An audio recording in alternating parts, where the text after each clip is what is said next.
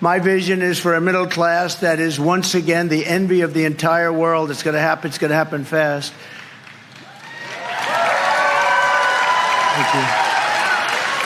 Workers like you and communities like this should be able to afford a nice house, a new car, and a growing family on a single income, all while enjoying the highest standard of living on earth, right?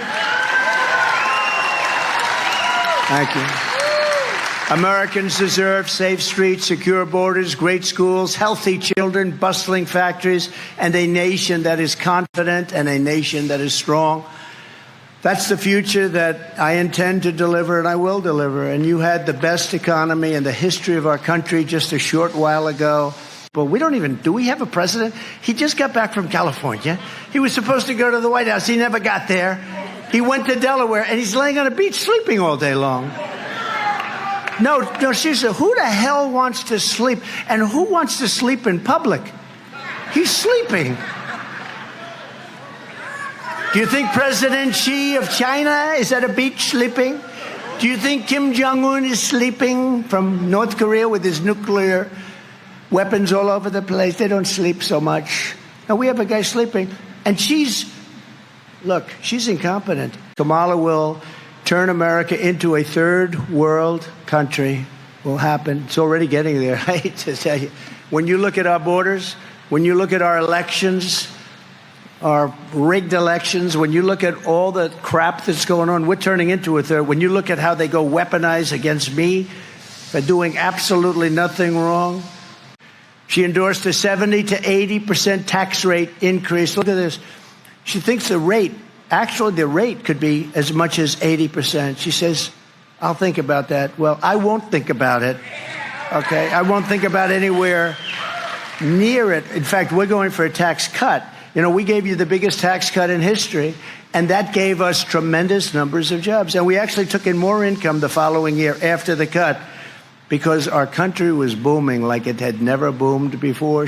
She called for the abolition of ICE. You know, ICE, these are great patriots. These are tough people. I'm looking at some of these people right in the front row. They're tough as hell, but you don't want to be an ICE. You don't want to walk into MS-13 gangs and start slugging it out. These guys are seriously tough, and they love our country. You know, somebody's got to do it. I took them out by the thousands. Now they don't want to take them out anymore. They want to let ICE, the worst gang probably in the world, the meanest, the nastiest. They slice up people with knives. They'd rather use a knife than a gun because it's more painful. They killed 2 young students walking to school, 2 beautiful young 16-year-old girls walking to school. They sliced them up in Long Island. And they want to let these people stay, and we're not going to let them stay. We want to get them the hell out of our country.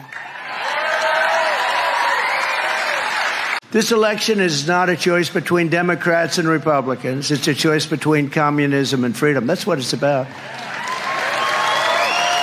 Kamala is promising communist-style price controls, free taxpayer-funded health care. Not that you're going to want. Nobody in this room is going to want it. For all illegal aliens, mass amnesty and citizenship for the millions and millions of migrants she lets in. She wants to give citizenship to people that have come here illegally. They didn't come through the system. You know, we want people to come into our country, but they have to come in legally, right? They have to come in legally.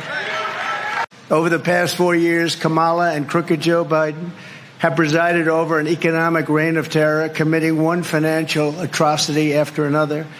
As Vice President, Kamala cast the deciding votes that caused the worst inflation in American history. You're all victims of it. We all are. Everybody is a victim of it. It's a nation buster, costing the typical family $28,000. Under her policies, household wealth has plummeted by $33,000 per family. The cost of the typical monthly mortgage has really tripled, and you can't get the money. So, you know, you will go from 2% to 10%, but you can't get the money at 10%. I guess they want more than that, but you just can't get the money. Credit card debt has ballooned by 40%, and they have the highest numbers in history right now.